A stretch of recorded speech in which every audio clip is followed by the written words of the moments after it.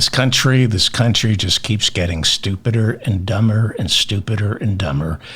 The White House Correspondents Association announcing it's canceling comedian Amber Ruffin from appearing at the White House Correspondents' Dinner scheduled for April 26. Amber, a black female comedian, was deemed inappropriate for the event by Taylor Budowich, a White House Deputy Chief of Staff, who said Ruffin's jokes in the past about Trump were highly critical of his administration. Yeah, that's the point. That's the point. That's what she does for a living. And who cares what Trump thinks? He's not going to show up. But the White House Correspondents Association, this annual circle jerk of self-important millionaires who think access to power is the same as journalism, well, they caved into pressure from the Trump White House. Why? Well, because Amber Ruffin is a black female, and this administration has declared war on people who look like Amber Ruffin. They sacrificed Amber Ruffin for the same reason MSNBC sacrificed Joy Reid, for the same reason these law firms are offering $100 million in pro bono work to the Trump administration. They think you can placate a monster. They've learned nothing from the playground. If you learned anything from the playground, you would know the only way to respond to a bully is to punch back, or in my case, run home to mommy and have her punch back for you. Mainstream journalists canceling Amber Ruffin, caving in to the Trump administration. Why would they do this? Because mainstream journalists think reporting the news is reporting what people in power say. Reporting what they say, not what they do. Instead of performing due diligence, reporting on how Republican policy is destroying the lives of immigrants, how Medicare and Medicaid recipients are scared to death right now, renters relying on Social Security, scared. Instead of doing that, the mainstream media would rather spend all its time talking to the people at the top of the food chain, giving voice to the oppressor instead of the oppressed. To placate Trump, to continue having access to Donald Trump's Flomax urinal stream of lies, the White House Correspondents Association kicked Amber Ruffin, a black female comic, off the dinner. Shame on you. Shame on you. But I think the White House Correspondents Association is incapable of shame.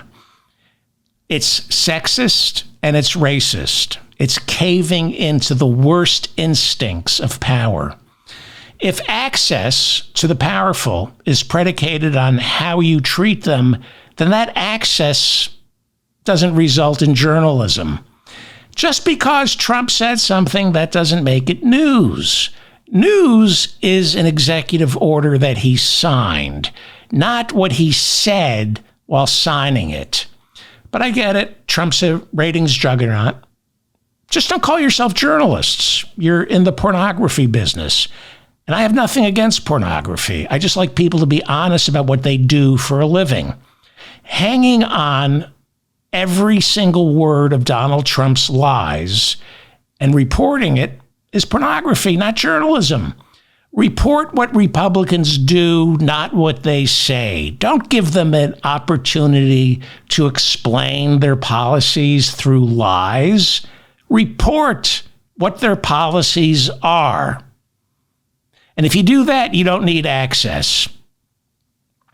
Florida's Republican Congressman Corey Mills has been representing the 7th Congressional District since 2023. When he first arrived in Congress, Corey Mills handed out, and I'm not making this up, welcome hand grenades.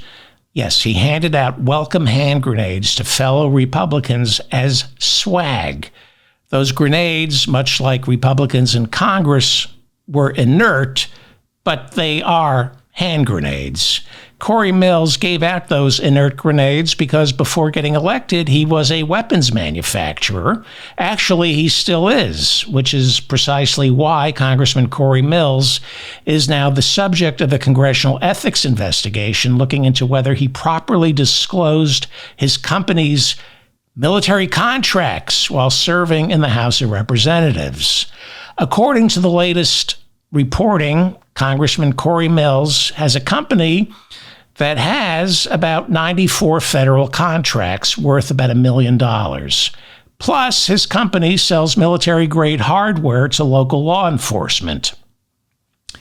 Corey Mills brags that it was the tear gas his company produces that was used on Black Lives Matter protesters back in 2020. For the record, every study shows Black Lives Matter protesters were peaceful, every single one of them. And the only violence that took place was from police officers firing tear gas. The only violence was from the police and, of course, outside agitators like Kyle Rittenhouse, who showed up to a Black Lives Matter protest in Kenosha, Wisconsin, with his AR-15 and killed 2 Black Lives Matter protesters, injuring another. Of course, he was acquitted, claiming it was all done in self-defense. On February 19th of this year, a 27-year-old woman called Washington, D.C. police to report that Congressman Corey Mills, a married man and a combat veteran, had assaulted her in his apartment. Showing the police her bruises, the woman, some say his mistress, then decided not to press charges against Congressman Corey Mills. That's her on the right. Allegedly, that's her on the right. Washington, D.C. police are now investigating themselves for not arresting Congressman Mills because there was sufficient evidence to suggest some physical abuse had taken place. And despite her not wanting to press charges, protocol dictates that based on the physical evidence, he should have been taken in at least for questioning. An arrest warrant for Mills was later requested by the D.C. police, and it appeared as though Congressman Corey Mills was going to be forced to tell us why and how this woman ended up with those bruises. But the Republican-controlled U.S. Attorney's Office refused to sign off on the arrest warrant. That investigation into Corey Mills assaulting the young woman seems to be stalled because Mills is a Republican and because the interim head of the Washington, D.C. Attorney's Office is Ed Martin. Martin just started the job. Trump appointed Martin because he was one of the organizers of the January 6th Stop the Steal March on Washington. He was there on January 6th. Martin, the interim D.C. attorney, described January 6th as rowdy, but he said nothing got out of hand. Of January 6th, he took to Twitter and described the attack on our nation's capital by saying, quote, "It was like Mardi Gras in D.C. today. Love, faith, and joy." Well, if that's his definition of love, faith, and joy, somebody should do a welfare check on Ed Martin's wife and kids. Meanwhile, Ed Martin, as D.C.'s interim attorney, fired 30 prosecutors and just disbanded the Capitol riot prosecution unit, promising to cooperate with Donald Trump's purge of the Justice Department and the FBI. They're purging the Justice Department and the FBI of anyone responsible for the arrest and prosecution of nearly 1,500 insurrectionists on January 6th. Ed Martin also just launched Operation Whirlwind, where he's investigating congressional Democrats like Senate Minority Leader Chuck Schumer for what Ed Martin calls incendiary speech, which Ed Martin says could pose a potential threat to the lives of conservative lawmakers. Yes, go after potential threats instead of actual threats and attacks against lawmakers on January 6th. Selective outrage. These Republicans purport to be uncompromising champions of freedom of speech. Unless that speech is critical of them, then it's incendiary and could lead to violence.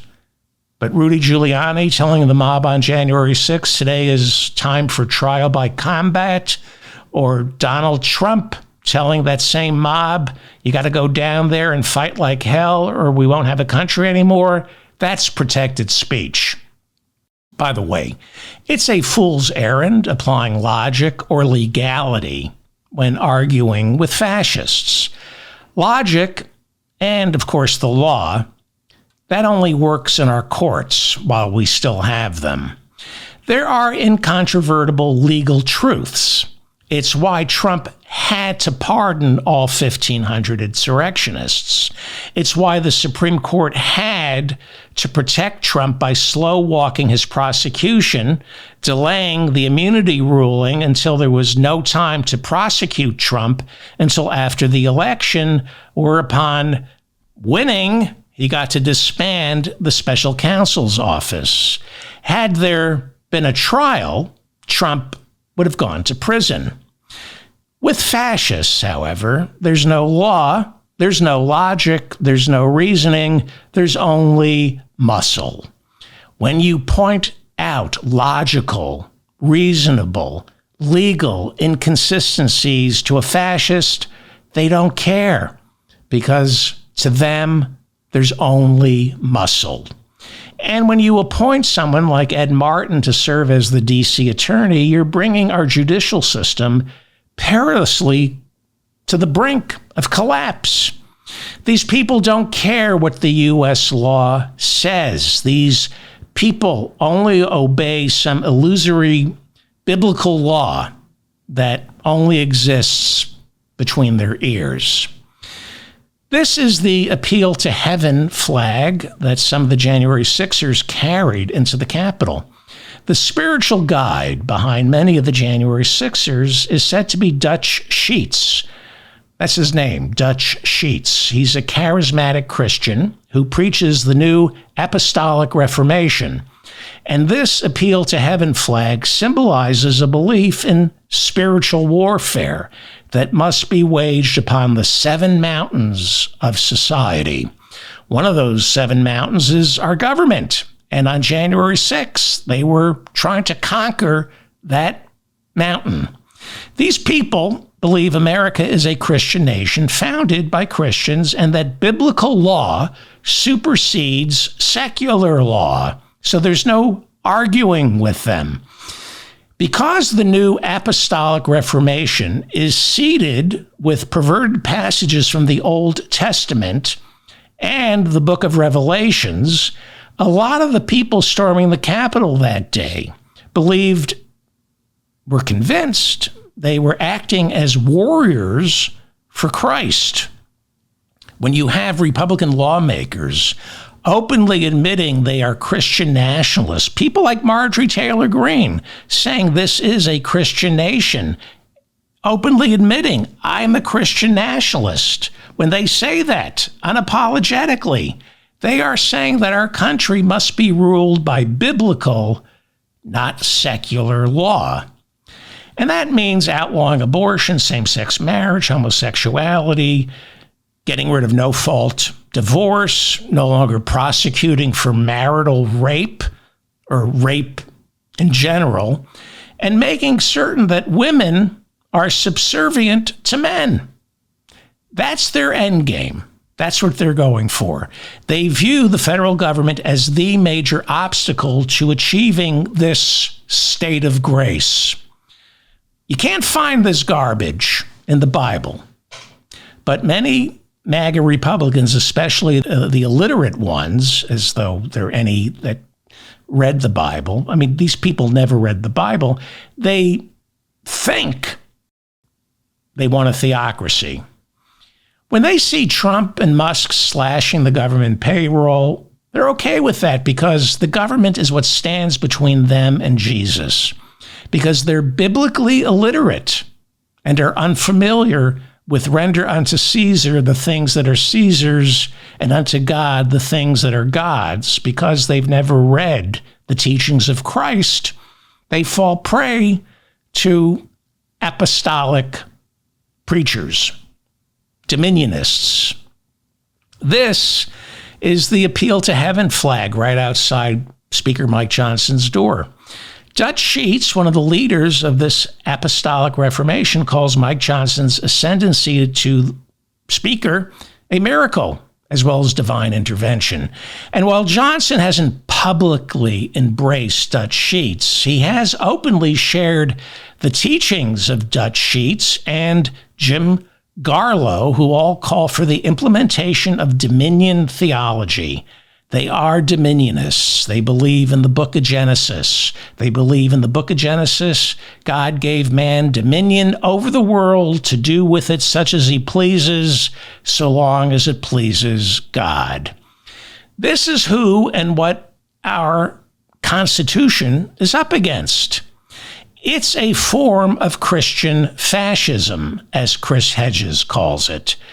There is no logic to this. There is no reason. There is no law. You're dealing with deeply religious Christian fascists. That's what we're up against. These people who have infiltrated our government, essentially to destroy it, well, in private, they will talk about obeying biblical law, but when pressed, they can't really tell you what exactly biblical law is. They call themselves Christians, but are really just quoting from the Old Testament. And the only book of the New Testament they can quote from is the book of Revelations.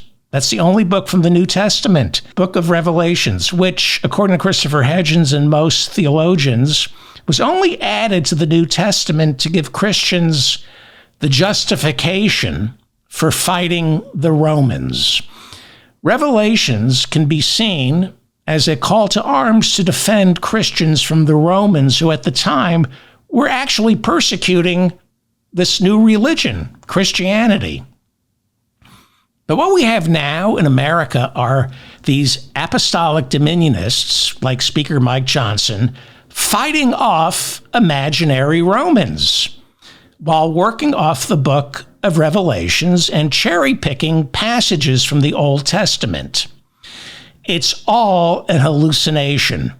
Nobody is persecuting Christians in America. Two men kissing isn't persecuting Christians. Drag Queen Story Hour at the local library isn't impinging upon Christian freedom. Gender-affirming care to prevent suicide isn't Christian persecution. Like I said, these people are hallucinating. They're reading the book of Revelations, saying Romans where there are none.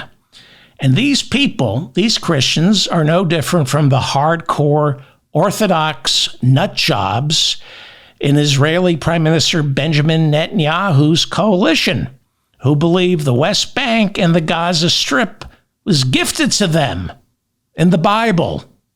So it should come as no surprise that devotees to the Apostolic Reformation are politically aligned with Benjamin Netanyahu. Netanyahu believes Israel is a Jewish state. Mike Johnson believes America is a Christian state. This is why Republicans like Mike Johnson support Israel as a Jewish state, because it makes it easier to justify calling America a Christian state. These apostolic Christians envision America as a Christian version of Israel. And when they succeed, you won't have to be a Christian to live here in America, the same way you don't have to be Jewish to live in Israel. But if you're not, you'll be a second-class citizen. These people, Mike Johnson, the Speaker, Marjorie Taylor Greene, Russell Vought, he's Trump's budget director, and I'm serious about this. They all exhibit symptoms placing them somewhere on the spectrum of schizophrenia disorder. This is my opinion. This is how they appear to me. There are clearly voices in their heads. They think it's Moses or Jesus. I think it's borderline schizophrenia.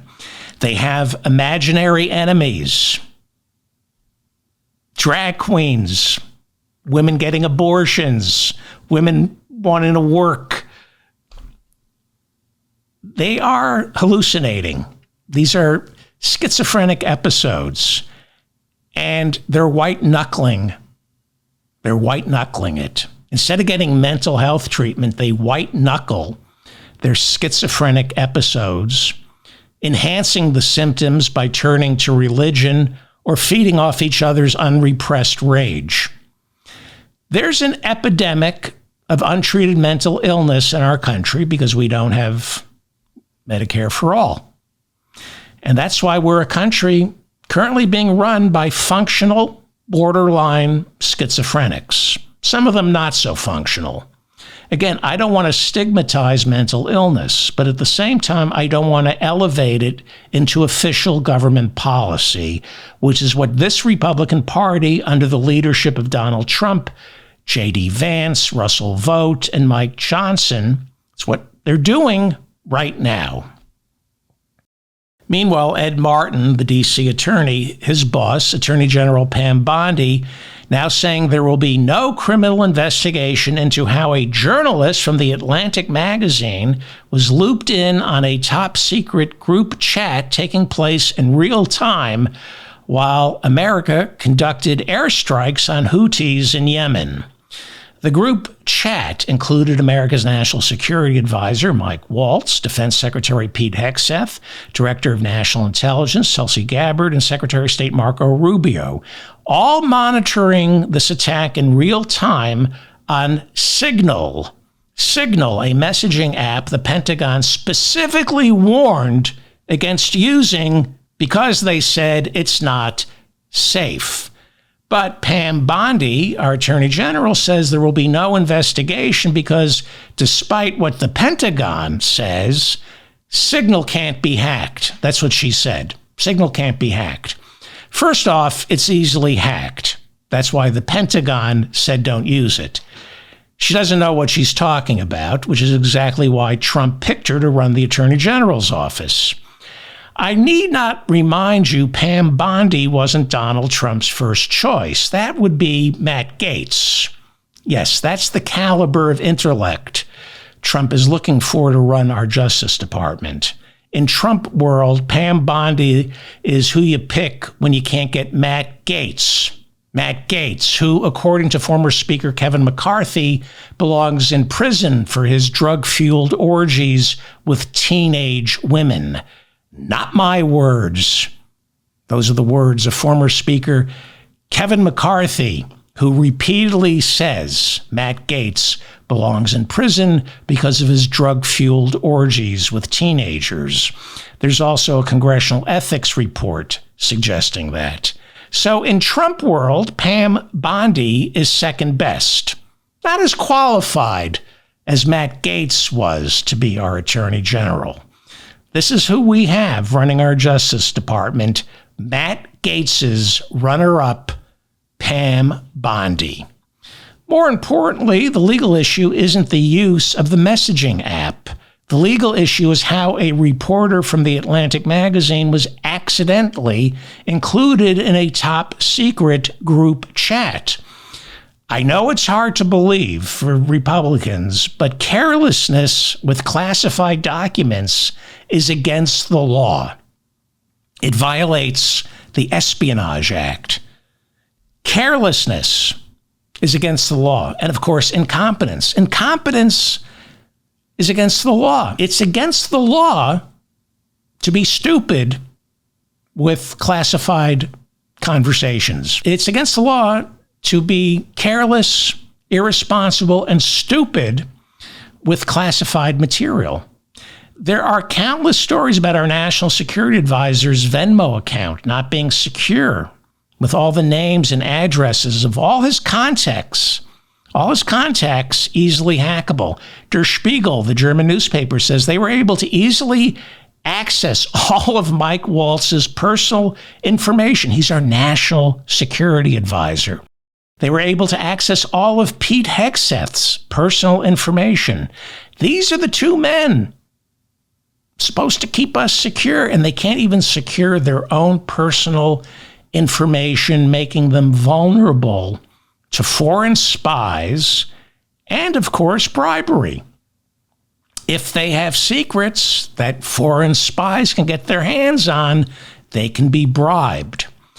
By conducting that group chat on an unsecure app, these White House officials are in direct violation of the Espionage Act, as well as the Federal Records Act and the Administrative Procedure Act. But our Attorney General, Pam Bondi, wouldn't know that because the bleach has seeped into her skull. What is it with these bleach blondes all trying to look like our commander in bleach, Donald Trump? I get it. You're trying to look like Ivanka. I get it. It's the Trump White House. It's all white people, all going for the Aryan Nordic look.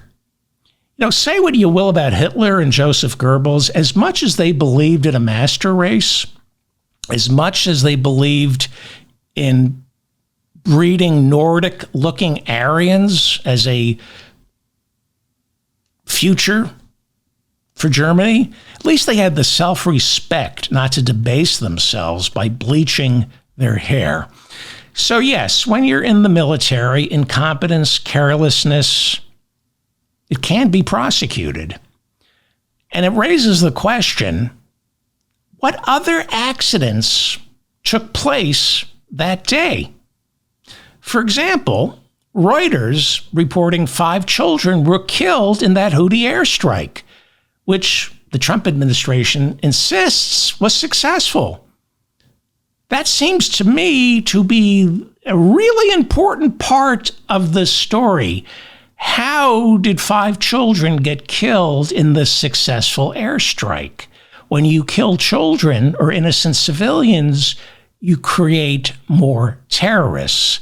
If our national security advisor, Mike Waltz, was so careless as to accidentally include the Atlantic Magazine's Jeffrey Goldberg into that group chat on an app he was told not to use, something tells me he was also careless in picking his targets for that Houthi airstrike that day. But again, zero discussion about the 5 children killed in that attack. The Pentagon says it was successful, but there's zero information they're willing to give us on that airstrike. The Houthis continue to hit Israel every day with long-range missiles and drones. Every day. The Houthis not only continue to attack Israel daily, but there are also reports that they are still launching airstrikes against the USS Harry S. Truman, along with other American ships stationed in the Red Sea. How is that a success? And 5 children were reportedly killed in that airstrike, which they call a success. Well, there is a myth that wars are won from above. There's a myth that airstrikes are ever successful. There's a myth that we don't need to send in troops, boots on the ground. There's a myth that all we need to do is use our expensive missiles and our adversaries will bend to our will. Now, I know everyone disagrees, but this is why we need to bring back the draft. If we're going to spend more on weapons than practically the industrialized world combined, we need to study war, which means 2 years, mandatory service in the military for everybody, so we not just understand, but care about what is being done overseas in our name. If we had a draft, if we had mandatory service, Americans would know wars are only won on the ground and rarely, if ever, won. You can't win the war with airstrikes.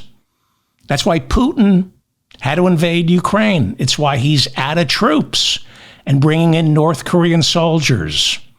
Putin can't defeat Ukraine from above by firing his superior missiles into Kiev.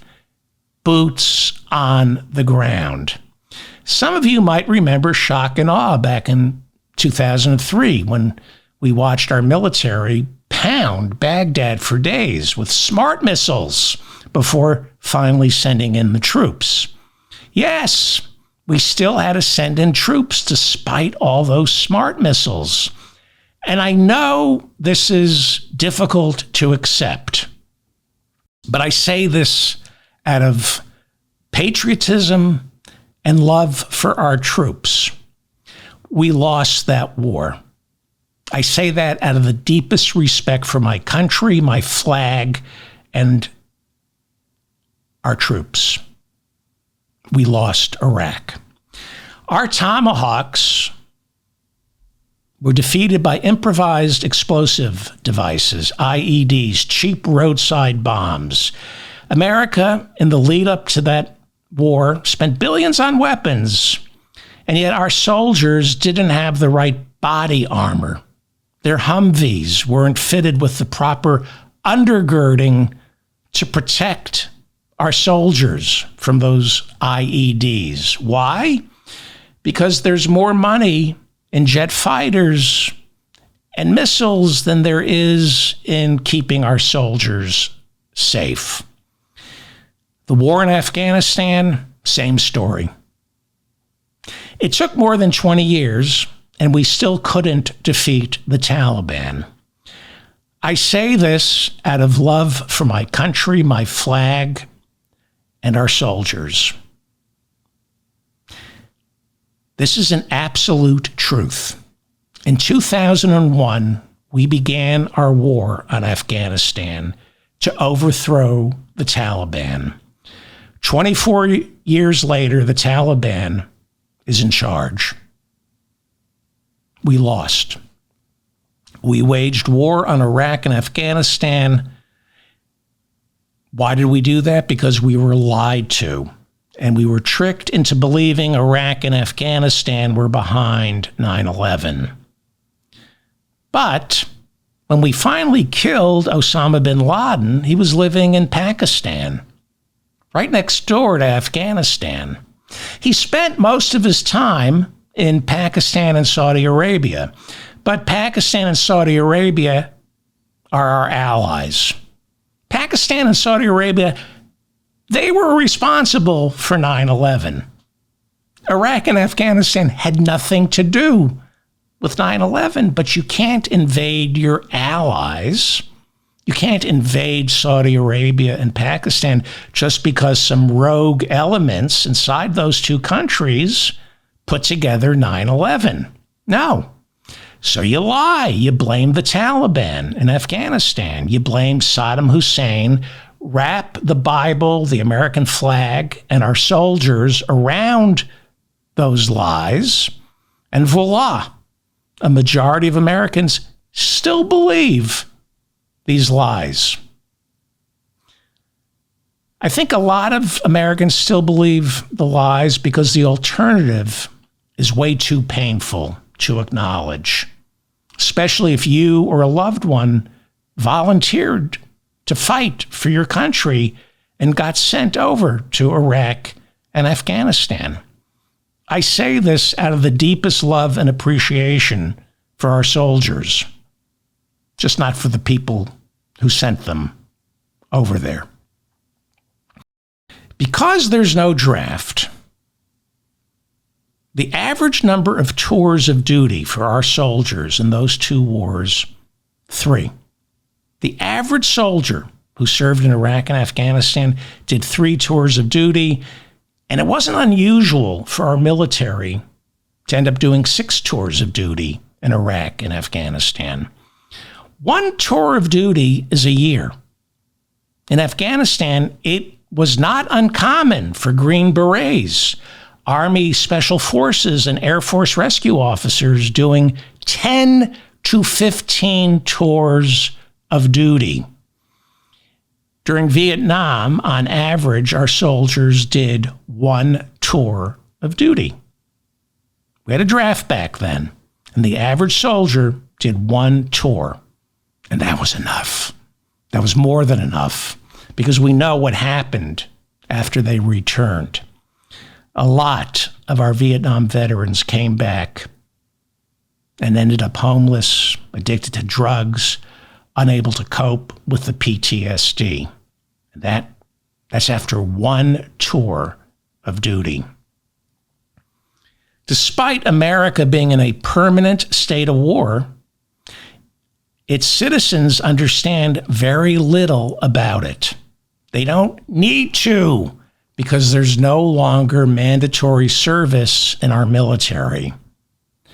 For Americans, the most they have to sacrifice during wartime is applauding our troops during Beyonce's halftime show at the Super Bowl, or thanking our troops for their service if you spot a wounded veteran at the airport. We call them heroes, exalt their bravery, lavish them with praise. We spare no expense celebrating their patriotism, except when it comes to actual expenses on their physical and mental well-being. You mean dig into my wallet? I just called them the best our country has to offer, and now you want me to pay more in taxes? You're bleeding me dry. Cut their taxes. That's how you thank the troops. You cut their taxes. That's what we do here in America. Americans are ignorant when it comes to war. And that's precisely why we're in a permanent state of one.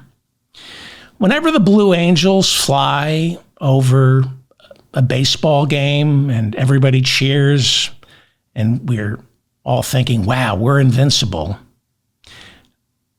we're being lied to. It's propaganda trying to convince us through these displays of might that you can win war from above without sending in the troops.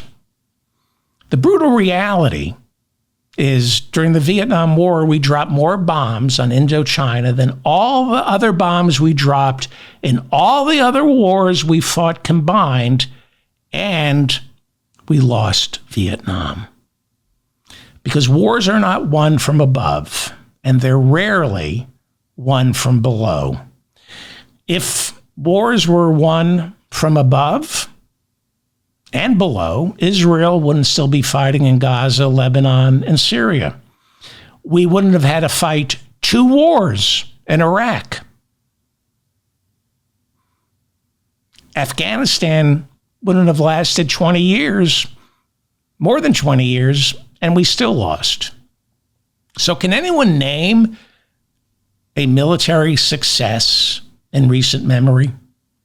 Maybe Grenada, maybe Panama when we invaded Panama, the Serbian airstrikes that NATO did in the 90s, maybe. So here's what our military can do, and I'm being serious. The American military can do what we did in World War II, more than what we could do in World War II. And that is wage total war. Total war. That means Hiroshima, Nagasaki, and Dresden. That we can do. More so than any other country. Total war. Total war is frowned upon. But if America needed to, we could say to, believe it or not, Moscow or Beijing, we're turning off your country. That we could do. We're going to bomb your infrastructure and cause mass starvation. We're making you prehistoric. With or without nuclear weapons, our military can do that. Cut off a country's water, food, energy, and create mass starvation and disease. We have the military hardware and the soldiers strong enough to create famine and disease overnight. Again, we don't need nuclear weapons to do this. Our military could strategically hit Moscow or Beijing and turn off their lights.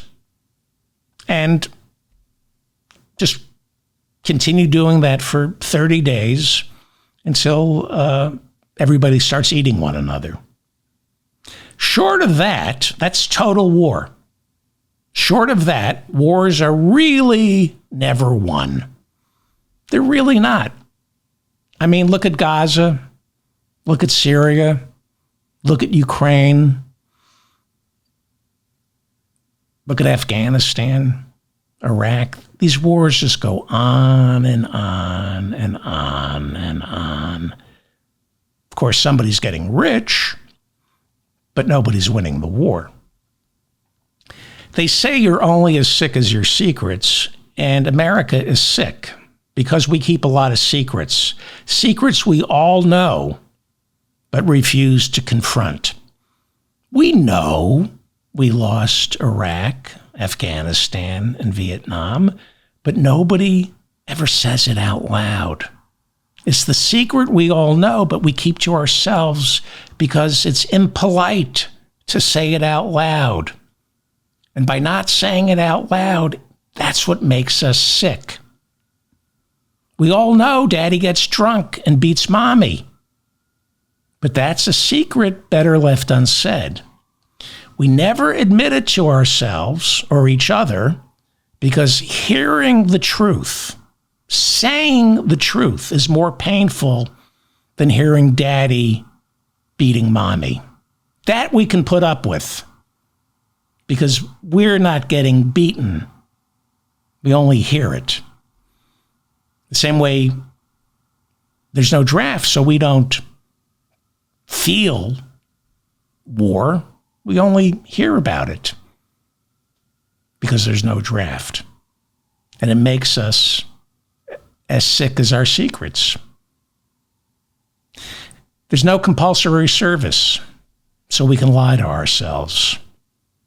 I believe one of the biggest mistakes this country was getting rid of the draft. Congressman Corey Mills served in Iraq and Afghanistan. Mike Waltz, our national security advisor, the idiot who set up that group chat, is a decorated combat veteran. He served as a Green Beret. Pete Hegseth, our defense secretary, has a Bronze Star medal and a combat infantry badge. He deployed to Iraq and Afghanistan. J.D. Vance was a corporal serving as a public affairs officer in Iraq for the Marines in 2005. He is not a combat veteran. So, again, let me say up front, I respect all these men for serving in our military. They were willing to make the ultimate sacrifice, and they deserve everything this country and our government has to offer. Let me also say that while I respect these soldiers, I don't respect their superior officers who sent them into those wars because I do not respect the wars they were sent to fight. I respect the soldiers, but I don't respect the wars. Iraq didn't attack us on 9/11. The Taliban didn't attack us on 9/11. Now, most Americans still think the Taliban attacked us on 9/11. Even Joe Biden and the Democrats were spreading that lie in 2021 as we were pulling out. Look into it. Google it, as I say. At the time of the invasion of Iraq and Afghanistan, most Americans were easily convinced Saddam Hussein and the Taliban were behind 9/11. How is it possible for the American people, or way too many American people, to believe the Taliban and Saddam Hussein were behind 9/11? How is that possible? No draft. That's how it's possible.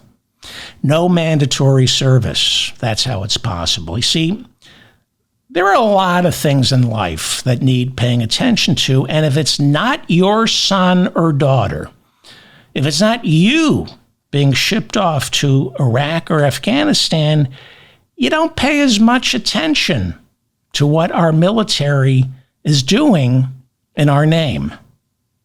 Those soldiers we sent to Iraq and Afghanistan may not be your sons and daughters, but they're our sons and daughters, and we're supposed to make sure we never send them off to fight wars just because George Bush and Dick Cheney were humiliated on 9/11 and needed to punish someone.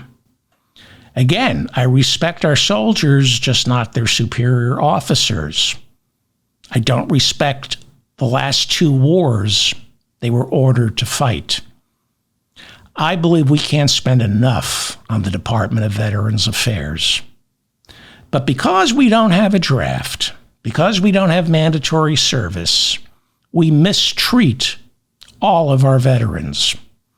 We either show them zero respect, or in the cases of J.D. Vance, Mike Waltz, Pete Hegseth, and Corey Mills, too much respect. A lot of people are terrified of criticizing these guys when they leave the service and go into government or politics because they served and practically the rest of our entire country didn't. It makes these men untouchable. And in the case of J.D. Vance, Mike Waltz, Pete Hegseth, and Corey Mills, dangerous. Again, I thank them for their service. I don't thank them for the wars they fought. Afghanistan and Iraq were wrong and should have never happened. Yes, they are brave warriors, but they're also victims. They're victims of these wars. I think some of them, especially Corey Mills and Pete Hegseth, came back in desperate need of help. That's what I think. I think J.D. Vance was damaged before he shipped off. He never saw any combat. I don't think he was damaged.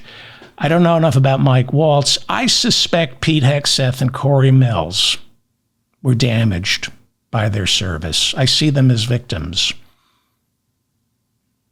And because they're not getting the proper treatment, because we've let our veterans down, Corey Mills and Pete Hegseth, I think, are dangerous.